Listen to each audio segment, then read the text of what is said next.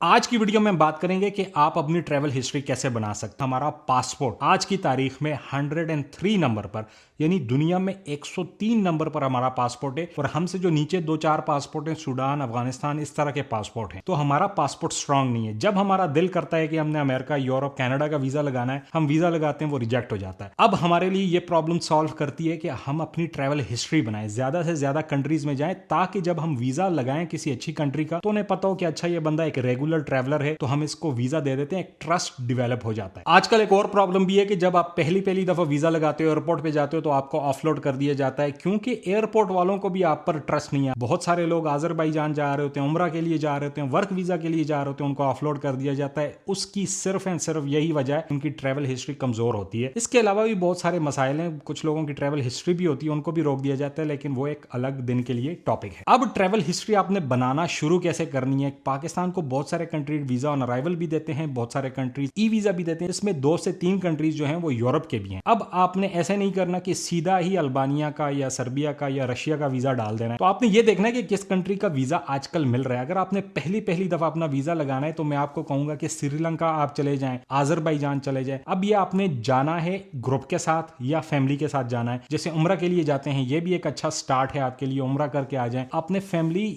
या ग्रुप के साथ जाना है, तो आपको एयरपोर्ट पे भी कोई नहीं रोकेगा और आपकी इमिग्रेशन भी स्मूथली हो जाएगी और आप एक कंट्री विजिट करके आ जाओगे। उसके बाद जब आप वापस आते हो, आपके बहुत सारे मसाइल हल हो जाते हैं। आपको एयरपोर्ट पे नेविगेट करना आ जाता है, आपको डिफरेंट टर्मिनोलॉजीज, जैसे आपको पीएनआर का पता चल जाता है, आपको ये पता चल जाता है कि बोर्डिंग पास क्या होता है, चेक इन ऑनलाइन कैसे करना है, अपने लगेज को कैसे हैंडल करना है, वहां पे उतर के इमिग्रेशन क्या क्वेश्चन करती है, यहाँ पे इमिग्रेशन आपसे क्या करती क्वेश्चन करती है। तो ये बहुत सारे मसाइल आपके सॉल्व हो जाते हैं। और जब आप एक ग्रुप में होते हो, तो आपका कॉन्फिडेंस थोड़ा बेहतर होता है। तो मेरा आपको ये मशवरा है कि अगर आप यंग हैं और पहली दफा ट्रैवल कर रहे हैं, तो सोलो ट्रैवल की बजाय ग्रुप के साथ ट्रैवल करें, तो आपको फायदा होगा। पहला कंट्री आप आजरबाईजान कर सकते हैं। आपने पहली दफा एक ही कंट्री करके वापस आ जाना है। उसके बाद आपने 6 से 7 महीने बाद कुछ और कंट्रीज करनी है। जैसे आपने श्रीलंका कर लेना है, इसके बाद थाईलैंड है, मलेशिया है, इंडोनेशिया है।